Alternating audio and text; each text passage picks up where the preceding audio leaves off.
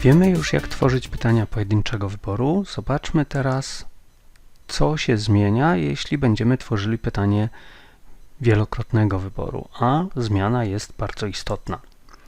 Czyli znowu dodajemy nowe pytanie do naszego testu. Pytanie wyboru. Dodaj. Wprowadzamy nazwę pytania i wprowadzamy treść pytania. Tym razem będziemy mieli pytanie wielokrotnego wyboru, czyli więcej niż jedna odpowiedź będzie poprawna. Wprowadzamy te opcje następnie, czyli wprowadzamy kilka szczytów, które nie znajdują się w Tatrach, jako wybór pierwszy, wybór drugi, wybór trzeci, wybór czwarty i kilka szczytów, które znajdują się w Tatrach.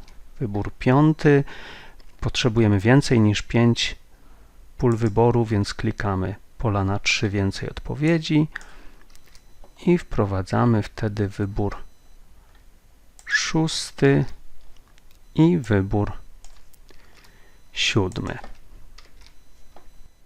I teraz, skoro jest to pytanie wielokrotnego wyboru, to żeby student uzyskał cały punkt za to pytanie, powinniśmy za każdy z poprawnych wyborów dać część punktu, tak żeby w sumie po zaznaczeniu wszystkich 3 poprawnych opcji, czyli Świnica, Kościelec i Kasprowy Wierch, dopiero wtedy, żeby student otrzymał cały punkt. Ale uwaga, zapisuję zmiany, ale to jeszcze nie jest koniec projektowania tego pytania, ponieważ jeśli teraz otworzymy podgląd tego pytania, to wiadomo, że student, który zaznaczy wszystkie 3 poprawne odpowiedzi, dostanie 1 punkt. Ale uwaga, gdyby student zaznaczył jakąś błędną odpowiedź, to jego wynik się nie zmieni.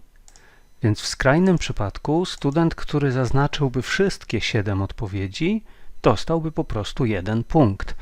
Więc żeby uniknąć takiej sytuacji, dotyczy to tylko pytań wielokrotnego wyboru.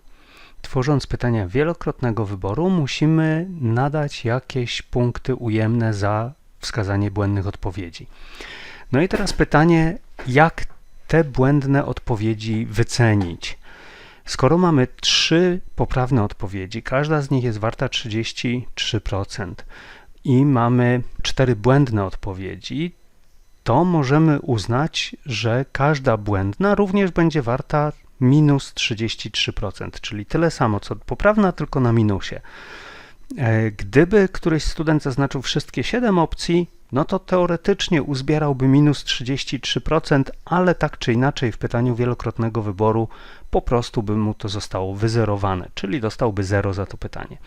Jest to jedna z możliwych strategii. Inną możliwą strategią jest wyjście z założenia, że skoro są 4 opcje błędne, to za każdą opcję błędną dajemy minus 25%.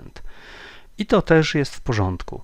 Tutaj wybór należy do Państwa, która z tych strategii będzie lepsza, natomiast pamiętajmy o jednym, że te strategie wyceniania mają uzasadnienie tylko wtedy, jeśli błędnych opcji jest tyle samo lub więcej niż poprawnych.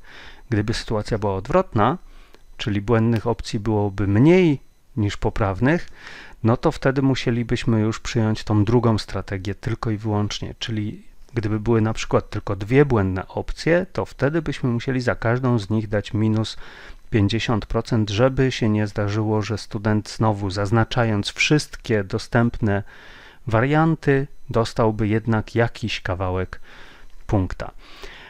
No i ostatnia rzecz, skoro jest to pytanie wielokrotnego wyboru, to możemy rozważyć zwiększenie punktacji za to pytanie, czyli dać więcej niż 1 punkt.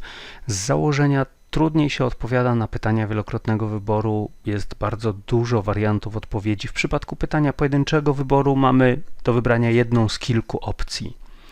Natomiast w pytaniach wielokrotnego wyboru student ma wiele możliwości, wielu kombinacji odpowiedzi, więc tak naprawdę jest to trudniejsze pytanie najczęściej. I podobnie jak w pytaniach pojedynczego wyboru możemy wprowadzić ogólną informację zwrotną, szczegółową informację zwrotną do każdej opcji w pytaniu i złożoną informację zwrotną, a następnie zapisujemy zmiany. I pytanie jest gotowe.